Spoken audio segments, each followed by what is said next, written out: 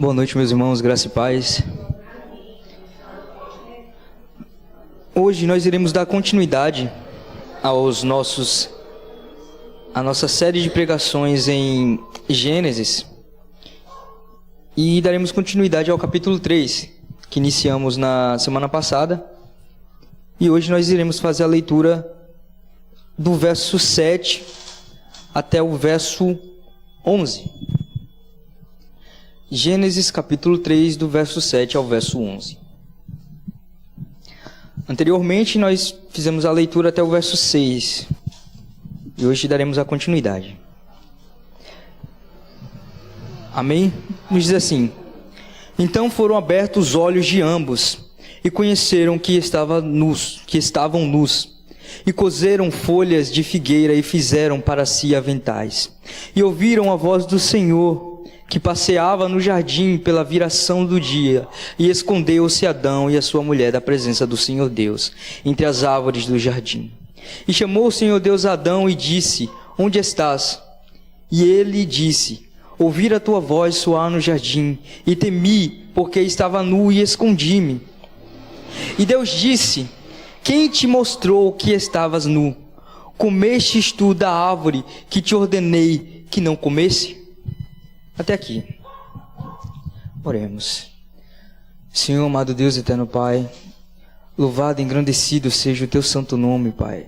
Nós louvamos a Ti, Senhor, pelas coisas que o Senhor já tem ministrado aos nossos corações até o dia de hoje. Nós louvamos porque o Teu Espírito já tem nos incomodado, Senhor, até o momento presente. Porque se estamos aqui, Senhor, verdadeiramente é porque o Teu Espírito nos conduziu até aqui essa noite, Pai. Então louvamos o Teu nome por isso. Louvamos o Teu nome porque o Senhor nos conduz à Tua verdade, o Senhor nos conduz à Tua palavra, Senhor. E te peço nessa noite que o Senhor conduza a mim e ao Teu povo, mais uma vez, a Tua palavra, as verdades que o Senhor irá ministrar aos nossos corações essa noite, Pai. Que o Senhor cresça e que eu diminua, Pai, que eu venha ministrar a Tua palavra, Senhor, com total reverência, Senhor, que é digno, Senhor, da Tua palavra, Pai. Usa-me conforme a Tua vontade, em nome do Seu Filho amado Jesus. Amém. Anteriormente, dos versos 1 ao verso 6, nós falamos sobre a queda do homem, sobre a astúcia do diabo, sobre a forma que ele faz uso da distorção da palavra do Senhor para enganar e seduzir o homem e a mulher. Nós falamos um pouco sobre essa artimanha dele, que constantemente nós vemos, e principalmente nos dias de hoje, com o avanço da tecnologia, o avanço de informação, o avanço de verdade bíblica, ou seja, uma época em que a gente tem mais acesso a uma teologia mais profunda, uma época em que a gente tem mais acesso a conhecer as Escrituras com profundidade. Mesmo que você não faça um curso, mesmo que você não faça uma faculdade, uma escatologia, é possível sim aprender a palavra do Senhor de forma mais profunda, através de verdadeiros pregadores que há na internet, que nós vemos aí com um conteúdo maravilhoso, profundo, revelando, expondo verdadeiramente as Escrituras do Senhor, com total reverência e com total submissão àquilo que o Senhor os conduz a dizer. Mas da mesma forma, tem se propagado muitas falsas verdades a respeito do Evangelho. Tem se propagado muitas doutrinas vãs, muitas pessoas que dizem que são pregadores do Evangelho, que fazem uso da sua posição para distorcer as verdades bíblicas do Senhor, de forma sutil, que muitas vezes passa imperceptível, mas que simplesmente o ato de distorcer um ponto já pode causar um estrago tremendo em nossas vidas. Nós vimos como a única palavra que Satanás precisou acrescentar foi a toda. Ele aparece a Eva e diz: é verdade que o Senhor os proibiu de consumir de toda a árvore do jardim? Mas na mente da mulher ela já entendeu que não. Ela sabia que não era aquilo, mas ela entendeu que Deus estava proibindo ela de desfrutar de tudo aquilo que Deus havia criado. Então, através dessa liberdade, dessa pequena palavra que ele introduz, ela acrescenta outra. e disse, Deus disse que ela não podia nem comer, que ela não podia comer, mas ela já acrescenta que não podia nem sequer tocar, que se tocasse morreria. Então, através de uma ilusão, de uma mentira anunciada por Satanás, a mulher mentiu, iludiu a si própria e começou a achar que ela mesma havia interpretado as escrituras erradas, ou melhor, a palavra, aquilo que o Senhor Deus tinha dito de forma errada. Ou talvez que Adão, aquele que lhe passou a mensagem, talvez também tivesse interpretado errado e lhe anunciado errado. Então agora, convicta da verdade, ela come do fruto. E aqui a gente vê, agora nós iremos entrar nas consequências desse fruto. Ou melhor, na primeira ação que acontece na vida do homem e da mulher após comer do fruto. O verso 1 revela que foram abertos os olhos de ambos. E eles começaram a ter consciência de que estavam nus.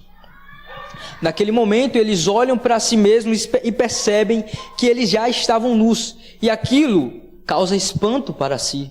Faz com que eles tenham vergonha da sua nudez.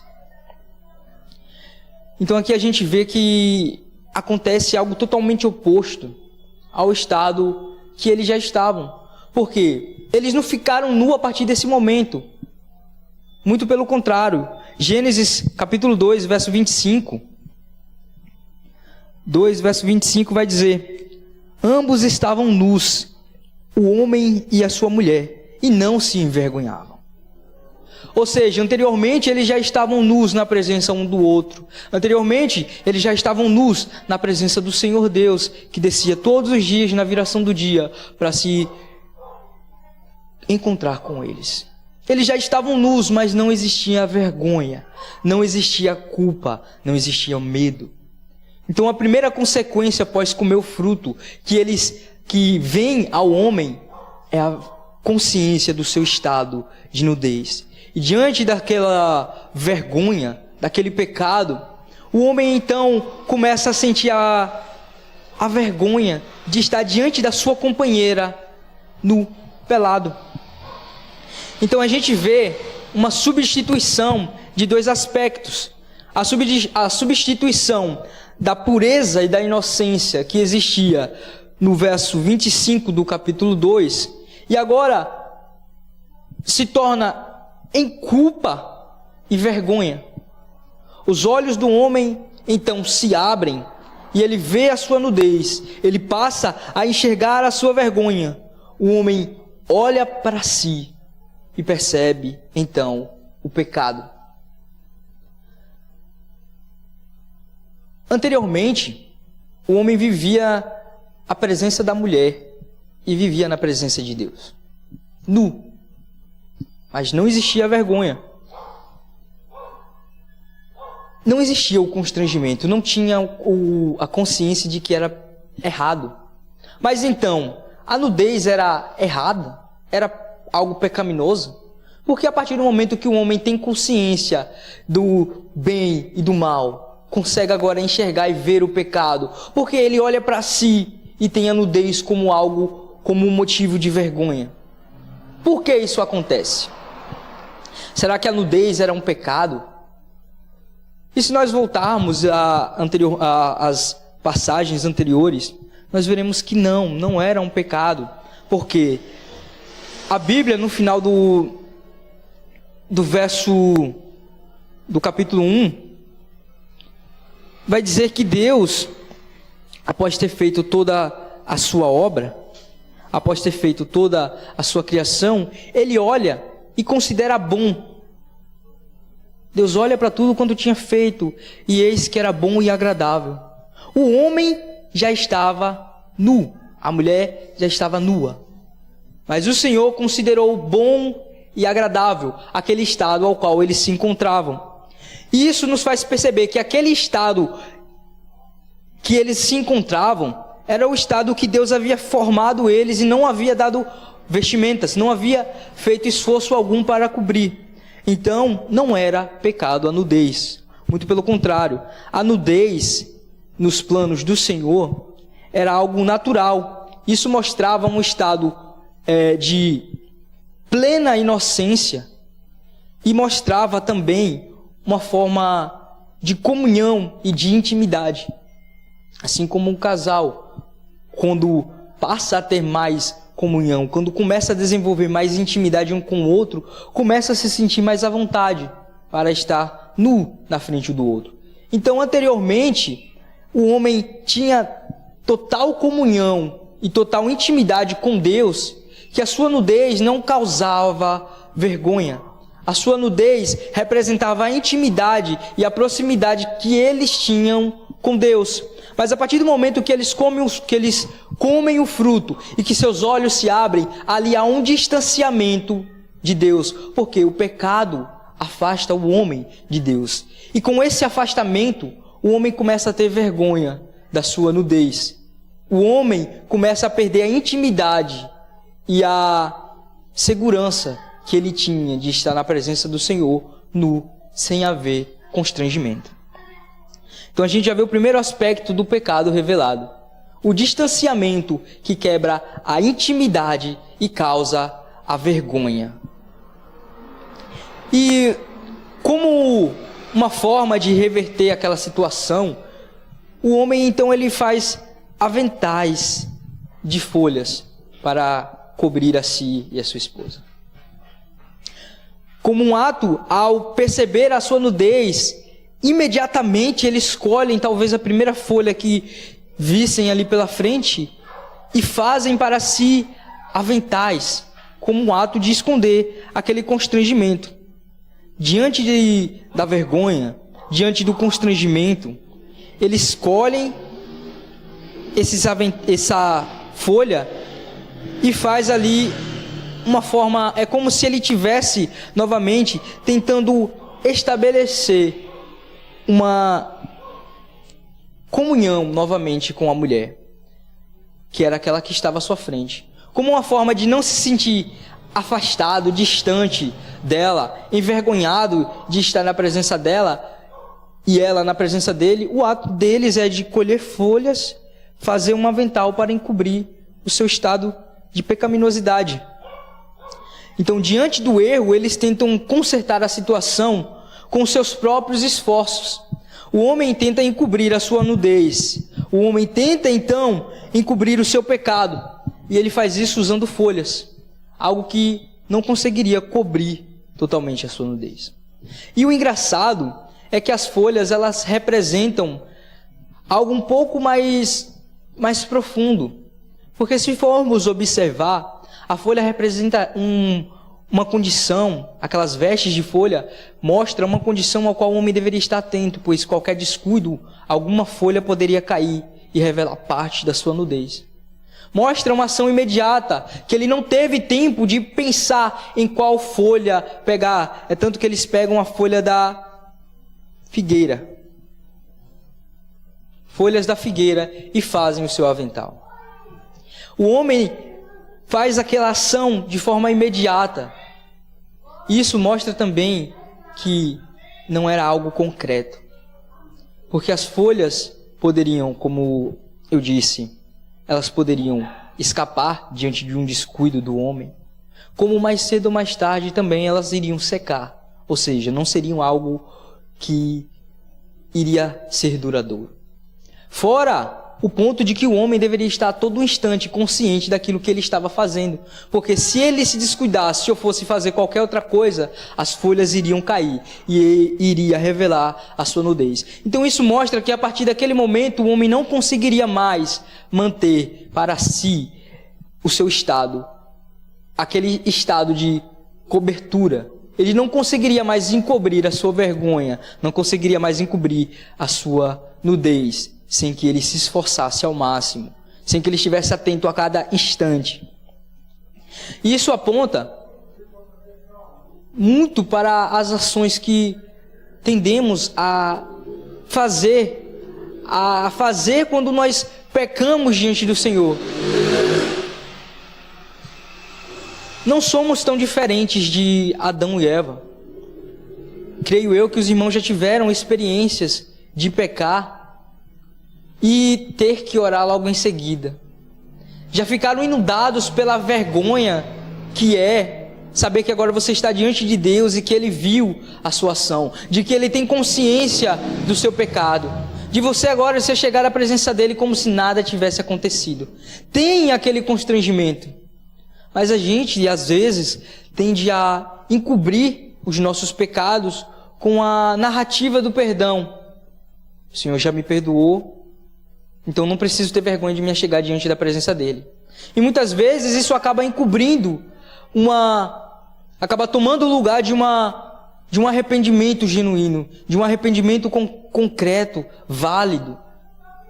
E se torna uma ação de cobrir os nossos pecados com folhas, de uma forma imediata. Já estou perdoado, o Senhor morreu pelos meus pecados, eu não preciso me arrepender totalmente.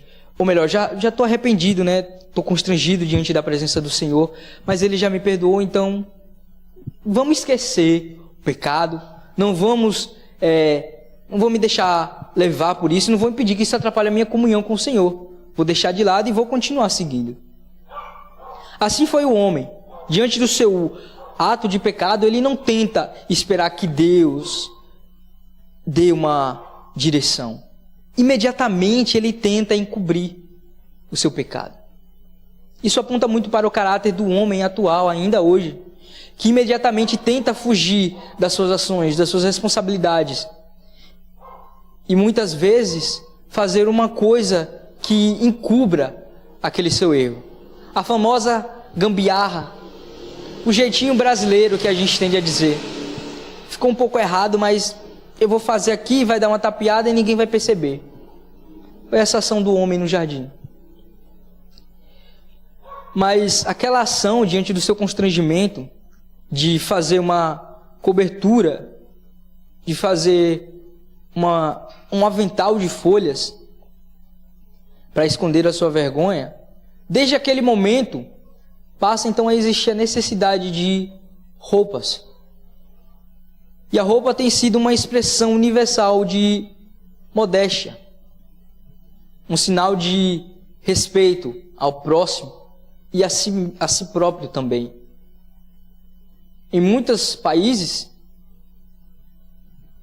que eu não acredito que não preciso mencionar, mas os irmãos têm consciência, têm a ciência de que as mulheres elas devem andar com o corpo totalmente coberto, que se mostrassem, nem que fosse o seu joelho, a sua batata da perna, seria uma forma de envergonhar a si próprias e aos seus maridos ou aos seus pais. Era uma forma de desonra. Então, principalmente no contexto feminino, a roupa se tornou um sinal muito mais profundo de honra, de cobrir a vergonha, em muitas culturas afora. Hoje, aqui no Brasil, é muito pelo contrário. Aparentemente, o mundo tem caminhado em uma direção onde, quanto menos roupa você tiver, mais atraente vai ser, melhor vai ser o seu status, maior vai ser a sua condição social e melhor as pessoas irão te desejar. E o desejo é um sinal de poder. Então, no Brasil e em outros países, mas principalmente aqui onde nós estamos, as mulheres tendem a vulgarizar as suas roupas, as suas vestimentas e o seu corpo como uma forma de demonstrar que tem poder para controlar a opinião pública e para controlar os desejos e os impulsos carnais do homem. Então, após essa ação de cobrir a si mesmo, o homem então ouve a voz de Deus que passeava pelo jardim. E essa voz que o homem ouve não é uma voz de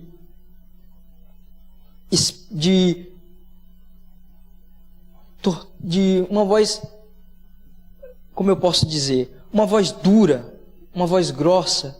Muito pelo contrário, Deus aparece como Ele sempre aparecia, com uma voz de bondade, de ternura, caminhando de alguma forma visível, talvez da mesma forma que Deus se mostra a Moisés, que nos é narrado lá em Êxodo 33, do verso 18 ao 23, onde Deus permite que Moisés o veja pelas costas.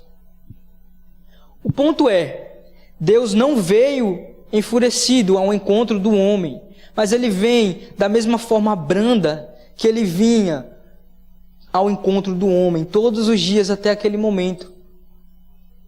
O homem escuta os passos de Deus, e então, como uma ação, ele se esconde, ele tenta se esconder da presença de Deus. Por quê? Por conta da consciência do seu estado. Então, diante do mesmo sentimento de vergonha e de culpa, o homem se esconde do Senhor, pois a perca da intimidade e da comunhão faz com que o homem fuja da presença de Deus. O pecado, meus irmãos, ele não faz com que Deus se afaste de nós, mas o pecado faz com que nós nos afastemos de Deus. A primeira ação do homem a escutar a voz do Senhor é se esconder. Ou seja, as suas vestes de folhas não encobriria a sua ofensa a Deus, não encobriria a sua nudez, não encobriria a sua vergonha. E o homem tem ciência disso, o homem tem esse conhecimento. Ele sabe que diante de Deus as suas vestes seriam como nada.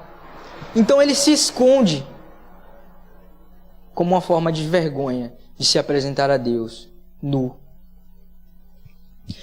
E Deus chama o homem. Deus chama o homem e diz: Adão. Deus diz: onde está? E isso, meus irmãos, nos mostra uma verdade maravilhosa. Nos mostra um aspecto profundo da bondade do Senhor. Porque mesmo tendo ciência do erro do homem, mesmo tendo consciência do seu pecado, Deus ainda vai ao encontro do homem. Deus chama o homem perguntando aonde ele estava. A pergunta era uma forma de fazer com que o homem explique o motivo pelo qual ele estava se escondendo. Obviamente não é uma pergunta de ignorância. Tanto que o Salmo 139, dos versos 1 ao 12, nos fala que não tem como nos escondermos da presença do Senhor. Mas eu gostaria de pontuar principalmente o verso 7. Salmo 139, verso 7. Para onde me irei do teu espírito, ou para onde fugirei da tua face? Não há como fugir da presença do Senhor. Não há como se esconder. E esse salmo, que é muito lindo e maravilhoso, nos mostra justamente essa verdade, que por mais que nós fôssemos ao mais profundo dos vales, ainda assim a presença do Senhor estaria lá. A presença do Senhor nos cerca por todos os lados, ou seja, independentemente do que nós façamos, é impossível nos ausentarmos da presença do Senhor.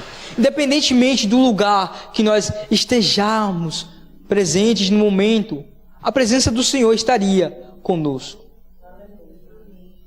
O pecado do homem fez com que ele quisesse se esconder da presença do Senhor. Fez com que ele fugisse da presença do Senhor. Mas é impossível fugir da presença do Senhor. E Deus já tinha a consciência e a ciência de onde o homem estava e do motivo pelo qual o homem estava fugindo da sua presença.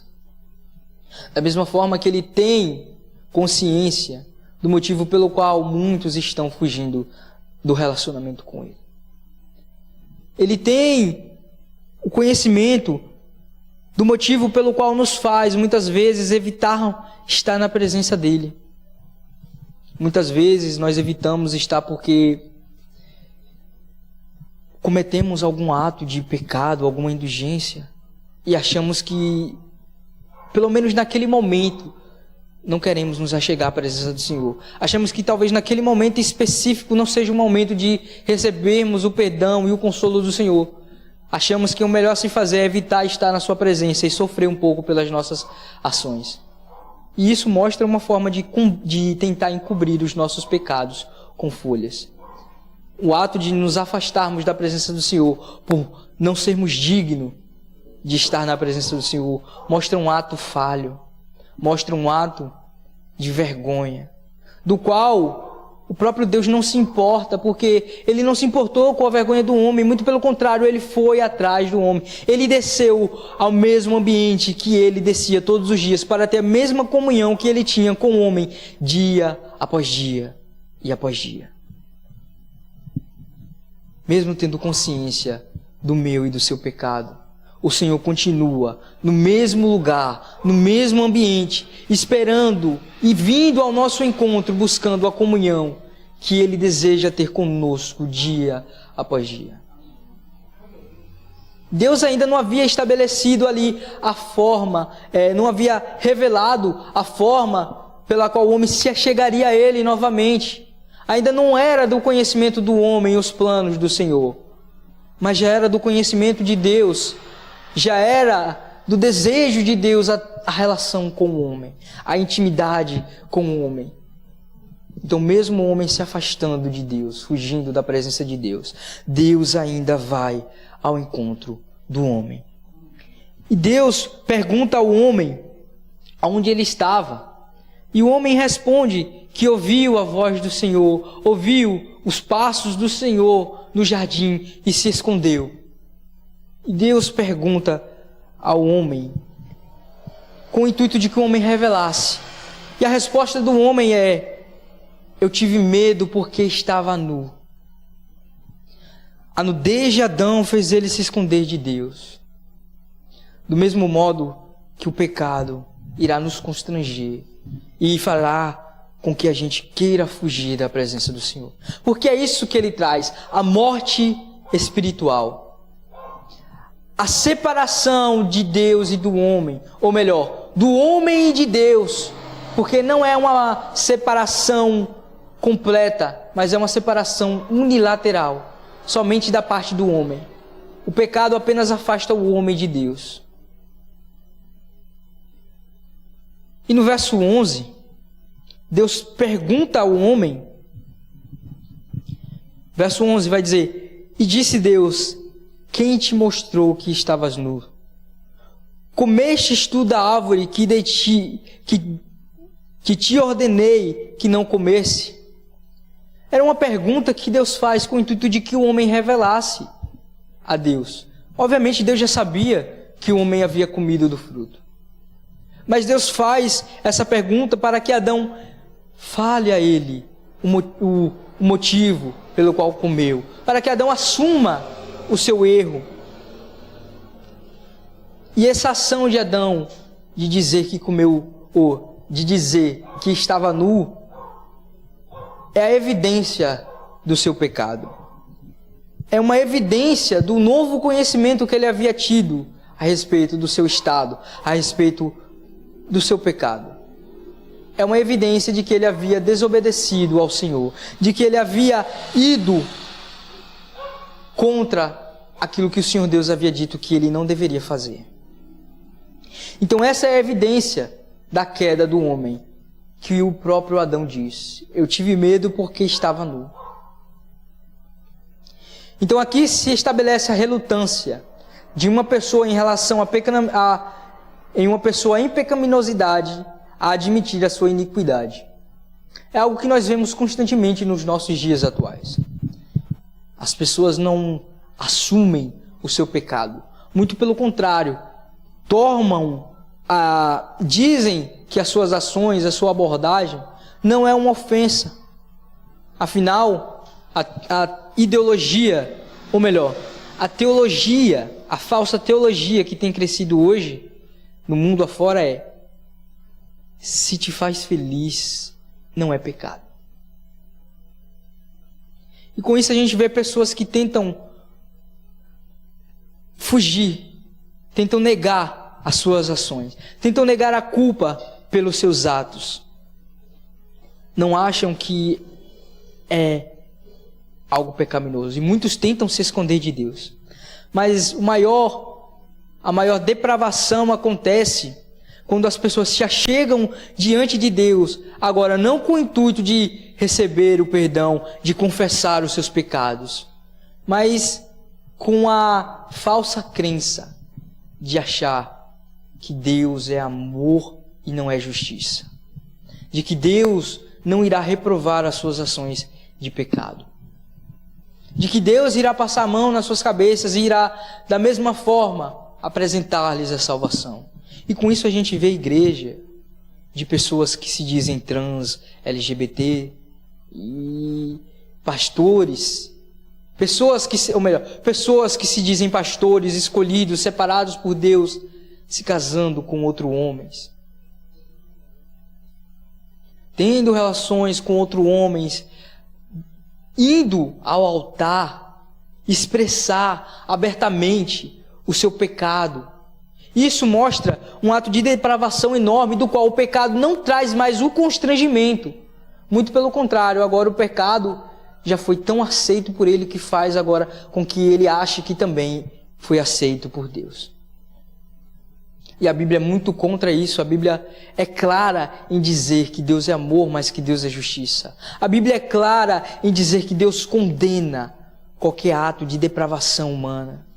Como nós já vimos anteriormente, diante do pecado do homem, o Senhor entrega eles as suas próprias ações, as suas próprias atitudes. Diante da maldade dos seus corações, o Senhor os entrega a sua malícia, para que se corrompam ainda mais, porque para essas pessoas já não há mais salvação.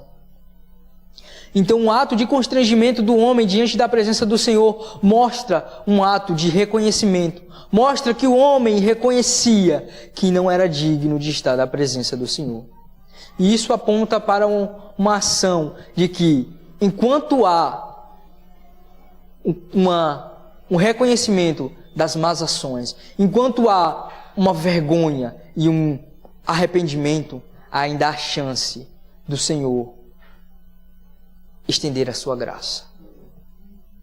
Enquanto o homem ainda se constrange diante da presença do Senhor, enquanto o homem ainda tem a consciência do seu pecado, ele ainda está à mercê da graça do Senhor. Mas a partir do momento que o homem não se envergonhar do seu pecado, mas se achega à presença do Senhor com orgulho do seu pecado, sem demonstrar qualquer vergonha, qualquer recuo, sem demonstrar qualquer incômodo, isso é um ato de que o Espírito Santo não está mais o incomodando. É um ato de que o Senhor já os entregou aos seus próprios pecados e à sua própria maldade. E no verso 12, a resposta de Adão. Então disse Adão: a mulher que me destes por companheira, ela me deu da árvore e comi. Então Adão transfere para a mulher a culpa do seu pecado. Adão transfere como uma forma de evitar a culpa. Aqui se estabelece novamente, se mostra novamente a ação do homem de evitar a culpa dos seus pecados, a culpa das suas ações, de evitar a consequência dos seus atos. E então ele joga a culpa para a mulher. E eu acredito que muitos irmãos evidenciam isso no seu dia a dia, de pessoas que ao cometerem um erro, não se acham culpadas dos seus erros, mas acham que foi devido à ação de outra pessoa. No trabalho é muito comum nos depararmos com essa ação, vermos essa natureza adâmica refletida no homem. Quando alguém faz uma ação, faz de forma imprecisa o seu trabalho, a sua função, e como desculpa acaba dizendo que a culpa não era sua. Talvez a culpa fosse do material, talvez a culpa fosse do outro colega que não prestou atenção na hora de entregar aquele serviço para ele, de que não se atentou a explicar propriamente o que deveria ser dito. A natureza adâmica, ela se reflete constantemente nos dias de hoje. A natureza pecaminosa que habita no homem, a qual nós temos que lutar dia após dia, muitas vezes nos faz com que nós, cristãos, venhamos a fugir da culpa, a querer colocar a culpa em alguém por medo das consequências, por medo de que venhamos a perder os nossos empregos, por medo de que venha a atrapalhar os nossos relacionamentos com alguém, com medo de que venhamos a ser o errado na vista dos outros, na visão dos demais. E muitas vezes isso acontece, inclusive nos lares. Maridos e esposas que não aceitam os seus erros, que não aceitam a sua culpa, mas joga em cima do seu cônjuge e diz: isso só aconteceu porque você não prestou atenção no que você fez. Isso só aconteceu porque você fez algo que você tem consciência de que eu não gosto. Então você fez isso de forma proposital, para instigar em mim a raiva, para fazer com que eu cometesse tal ação. Isso que está acontecendo nas nossas vidas, na nossa casa, na nossa família hoje, foi devido ao seu mau comportamento. Foi porque você não me deu ouvido. Foi porque você se levantou contra mim. Foi porque você queria que eu sofresse. Foi porque você queria ser melhor do que eu. Queria parecer bom aos olhos dos familiares.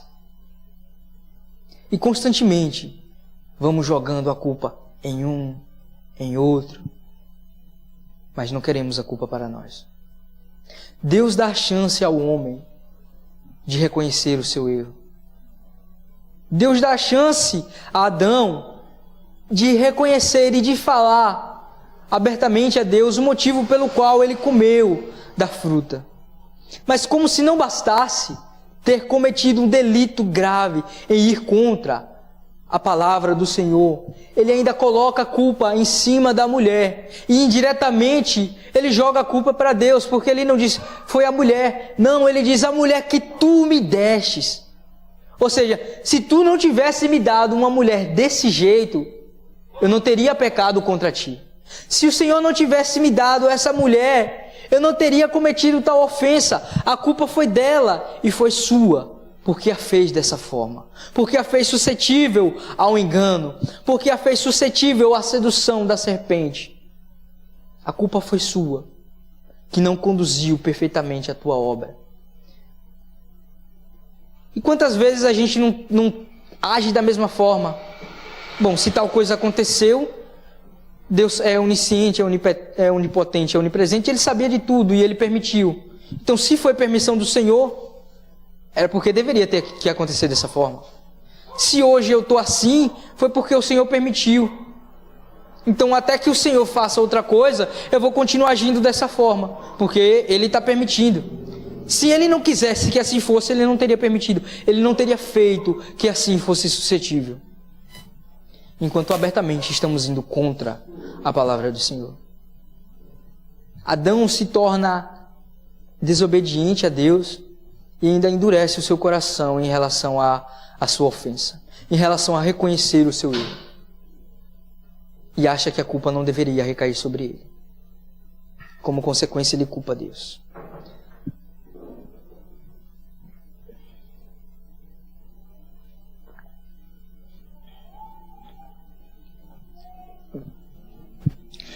E esses versículos, meus irmãos, eles nos mostram a natureza do homem, já nos primeiros instantes após a queda. Desde o primeiro segundo, já nos revela a ação imediata de encobrir os nossos pecados de uma forma falha. Já nos mostra tanta coisa. O que nós aprendemos, o que nós podemos tirar como lição e aplicar às nossas vidas cuidadosamente, através dessa passagem, através dessa mensagem. O primeiro ponto que a gente pode aprender é: o pecado nos causa vergonha e medo. E isso não é propriamente ruim. É ruim porque agora nós temos vergonha, e a vergonha impede a intimidade. Pois quando eu não consigo ter uma conversa com o Diego sobre determinado assunto, porque eu tenho vergonha de conversar com ele, é um ato, é um reflexo da proximidade que nós temos, ou melhor, da distância que há entre nós. Eu não tenho proximidade suficiente para falar de assuntos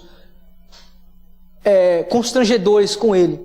Alguns assuntos ainda me trazem vergonha, então eu não vou me achegar a ele. Ou melhor, Diego é o pastor da igreja, então longe de mim chegar a ele e falar aquilo que eu penso, aquilo que eu acho a respeito da forma que ele tem dirigido a igreja. Isso mostra o medo. E o medo e a vergonha são um sinal claro de distanciamento, de falta de intimidade. E o medo e a vergonha são um reflexo da distância e da queda que nos causa a distância do relacionamento com Deus, que nos torna inimigos de Deus, porque agora não só temos vergonha de nos achegarmos a Ele como seres pecaminosos, mas também temos medo de nos achegarmos a Ele. Medo de conhecer ao Senhor profundamente, por achar que buscar compreender as suas Escrituras é uma ofensa contra Ele, sendo que a sua palavra vai dizer que a glória do Senhor é encobrir as coisas e a glória dos reis é desbravar. Ou seja, a glória do homem consiste em conhecer os mistérios que o Senhor escondeu, mas que permitiu que fosse revelado. Mas o medo faz com que a gente olhe para a palavra, olhe para aquilo que a gente não consegue compreender e não se esforce. Simplesmente diga, o Senhor não permitiu que a gente compreendesse, o Senhor não deixou claro, então não vamos a fundo. Com que a gente olhe para a palavra do Senhor e diga, não, a palavra do Senhor é algo simples. Se a gente entende dessa forma, é porque é dessa forma. Se alguém tenta compreender mais a fundo, essa pessoa está indo contra Deus. Não é o Evangelho de Cristo. O Evangelho de Cristo é um Evangelho puro, é um Evangelho simples. E aqui há o engano. Porque Cristo não pregava de uma forma simples. Mas ele pregava em parábolas para que as pessoas entendessem de acordo com a sua realidade. Será que ele pregava em parábolas para que as pessoas entendessem? Obviamente não. O próprio Cristo diz isso quando ele anuncia a palavra do semeador e os seus discípulos chegam e falam, mestre, não entendemos, explique para a gente o que o Senhor quis anunciar com essa parábola. E Jesus olha para ele e diz, a eles é falado em parábolas para que ouvindo não ouçam, para que vendo não vejam, mas a vocês é dado a conhecer o reino dos céus. A vocês é dado a conhecer a verdade, a profundidade das Escrituras. A nós, meus irmãos, que nos é dado a palavra, também nos é dado o direito de conhecer abertamente e profundamente a verdade do Evangelho de Deus. E não nos contentar somente com a revelação que alguns têm e vêm anunciando, com a verdade que é anunciada há eras, mas buscar compreender profundamente o que Cristo quer dizer, o que a palavra do Senhor quer nos dizer a cada ação. O segundo ponto, o pecado, ele muda a percepção que nós temos para com relação a nós mesmos, porque o homem olha para si e agora ele não se enxerga mais da forma que ele se enxergava anteriormente. Ele olha não só para si, mas para a mulher e não enxerga da forma que ele enxergava anteriormente. O pecado muda a forma com que ele olha para si mesmo e que ele olha para o próximo. O pecado muda a forma que nós olhamos para nós mesmos e olhamos para o próximo. E é nítido perceber isso. Basta você observar alguém que tem uma vida aparentemente fiel e dedicada ao Senhor. Alguém que se dedica à palavra do Senhor constantemente, que dedica a ter um relacionamento profundo com Deus. Basta o primeiro deslize dessa pessoa para que tudo aquilo que ela construiu, para que toda a sua visão sobre ela seja corrompida e você passe a olhar para essa pessoa com olhos diferentes. Basta um simples erro, uma simples ação do pecado, para que a nossa visão de nós mesmos, a identidade de algo, seja mudado diante da nossa perspectiva. E é isso que o pecado faz. Como nós já vimos anteriormente, um dos principais alvos de Satanás é a nossa identidade. É corromper a forma com que nós nos enxergamos e enxergamos a Deus. Porque o pecado não faz só com que o homem olhe para si e para a mulher de uma forma errada, mas faz com que ele olhe para Deus também de uma forma errada. É tanto que hoje a gente não consegue se relacionar com Deus de uma forma verdadeira. Mas a gente olha para Deus com medo, com vergonha. e não sabemos a forma correta de nos achegarmos a Ele, mesmo a sua palavra dizendo que agora nos é dado o direito de nos relacionarmos a Ele como Pai. O pecado corrompe a identidade paterna nos lares e faz com que nós enxerguemos a identidade divina de Deus como uma paternidade corrompida e não como uma paternidade natural que o próprio Deus constituiu. Então esse é o segundo ponto. O pecado muda a forma que nós nos enxergamos e enxergamos ao próximo e enxergamos o nosso relacionamento para com Deus. Terceiro ponto. Adão, ele faz aventais de folhas e isso aponta para a ação humana, falha, mas uma ação de tentar encobrir os seus erros embaixo dos seus esforços religiosos. A falha de muitos líderes e de muitos irmãos que têm uma vida errada dentro dos seus lares, que não respeita pai, que não respeita mãe, que bate na sua esposa, que desonra os seus familiares, que não são fiéis ao seu lar, não são provedores ao seu lar, não são submissos em casa, mas na igreja, diante dos irmãos, são pessoas cheias do caráter e da presença de Deus. São pessoas que dentro de casa xingam a todo instante, que no seu trabalho só falta avançar em cima do seu colega, avançar em cima de um cliente e xingar ele dos pés à cabeça, ou até espancar. Mas na igreja é alguém que só abre a sua boca para dar glória a Deus. É alguém que quando abre a boca, meu Deus, aquela pessoa, aquele irmão só abre a sua boca para falar coisas maravilhosas. É um profeta do Senhor. Toda vez que abre a sua boca é usado por Deus. É uma ação falha do homem de tentar encobrir com folhas os seus pecados, de tentar encobrir com uma falsa religiosidade a sua corrupção natural em casa. O terceiro ponto que nós observamos, meus irmãos, é o pecado, ele não afasta Deus de nós, ele não afasta Deus do homem, mas ele afasta o homem de Deus. Satanás, ele nos leva a pecar e ele não precisa nem se esforçar muito, porque a nossa natureza já é pecaminosa. A nossa tendência, o nosso desejo já é inclinado para o mal. Mas com o intuito de quê? De que nós nos afastemos do Senhor. Como eu já falei anteriormente, Satanás não precisa que nós venhamos a fazer pactos com ele. Ele não precisa que nós venhamos a participar de uma religião de matriz africana, de espiritismo. Não precisa que nós venhamos a praticar o próprio satanismo. Não. Basta que o nosso pecado nos afaste do Senhor. Basta que as nossas ações nos impeçam de estarmos próximos do Senhor. Ele se contenta com isso. Com cristãos que estão dentro da igreja, mas que têm uma vida ao qual os seus pecados o impedem de desfrutar de um relacionamento verdadeiro e conciso com o Senhor. É isso que ele se agrada. É essa o intuito do pecado. É esse o propósito do pecado, afastar o homem de Deus. Mas esse mesmo ponto, meus irmãos, nos mostra a ação divina. Nos faz entender que, independentemente do nosso estado, do quão falho nós estamos diante do Senhor, Ele continua vindo ao nosso encontro, dia após dia. Da mesma forma que Ele foi ao encontro de Paulo, ou melhor, de Saulo de Tarso, que perseguia, que matava cristãos. E eu ainda ouso dizer que, para conseguir informações de onde era que os cristãos se reuniam, ele muitas das vezes tinha que, como eu posso dizer sem que escandalize os irmãos, alguns líderes do poder antigamente, quando capturavam os seus inimigos em um estado de batalha, eles precisavam fazer certas coisas para conseguir certas informações, ou seja, tortura. Era uma forma de conseguir informações a respeito de pontos estratégicos do inimigo. E Paulo, que estava agora encarregado de perseguir e com o propósito de matar os cristãos, eu acredito que ele também fazia essa tortura, porque de que outra maneira ele conseguiria saber os pontos ao qual havia encontros?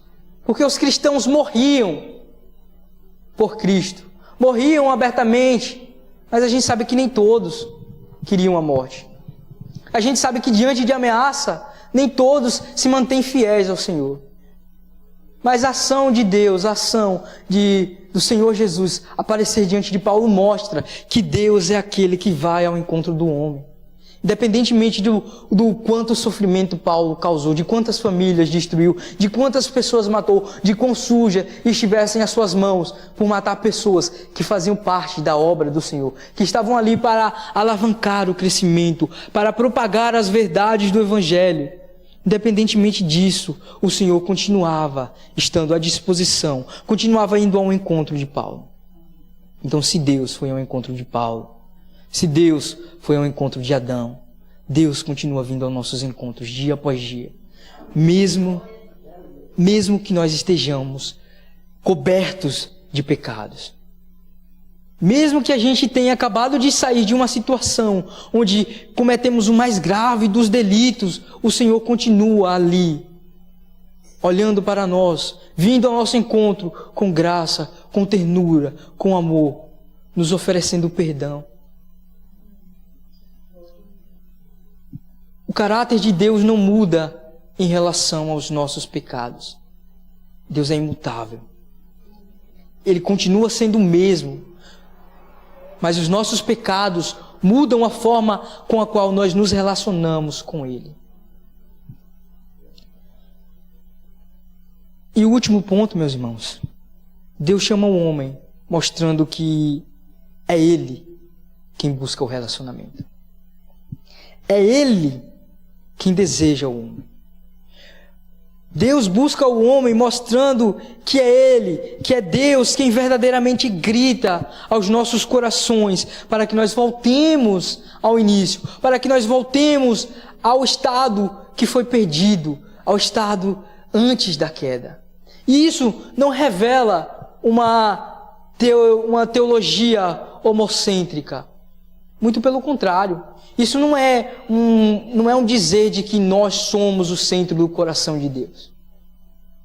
Não, meus irmãos. Esse é outro engano de Satanás. Nós não somos o centro do coração de Deus. Não somos aquilo que faz com que Ele... Não somos aquilo que faz com que Ele se curve e queira. Não faz com que Ele rasteje aos nossos pés, não. Mas mostra que Ele é quem nos instrui, quem instiga os nossos corações a desejar servi-lo, a desejar ter comunhão com Ele. Isso mostra a graça do Senhor em total força. Isso mostra a graça do Senhor de uma forma plena. Que nós, sendo imerecedores de ter um relacionamento com Deus, cobertos agora de nudez, ou melhor, descobertos da glória do Senhor, descobertos agora, expostos ao pecado,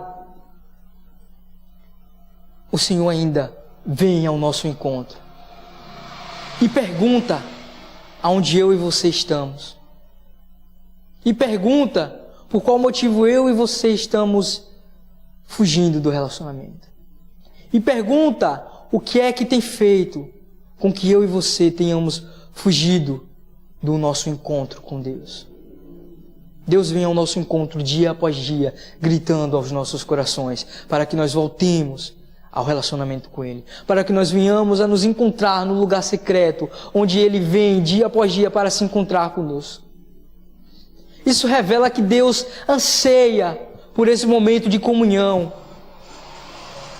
algo que deveria ser nós que deveríamos estar ansiando, porque a ação não foi de Deus de se afastar, mas foi do homem. É uma ação nossa fugir da presença do Senhor. Mas Ele é quem toma a frente. Ele é quem, sendo o único que não tinha pecados, o único que poderia se oferecer para restabelecer o relacionamento com o homem, Ele sendo Deus, desce do céu e morre na cruz. Porque Cristo não era um homem qualquer. Ele era o próprio Deus. Cristo foi a expressão plena do amor e da graça do Senhor. Cristo foi a revelação de Deus de dizer: ei, não é você que vem através de mim. Você jamais conseguiria fazer alguma coisa. O máximo que você consegue fazer em relação aos seus pecados é se cobrir com folhas, é se cobrir com ações falhas. Mas eu é quem desço do céu e me entrego na cruz. Eu é quem vou ao encontro. Eu é quem faço, em quem tomo a dianteira para restabelecer o relacionamento que você mesmo corrompeu. Gênesis capítulo 3, do verso 7 ao verso 12, mais do que mostrar as características do pecado, nos mostra a graça e o amor de Deus para conosco. Nos mostra que Deus é quem vem ao nosso encontro. Amém? A palavra está com o pastor Diego.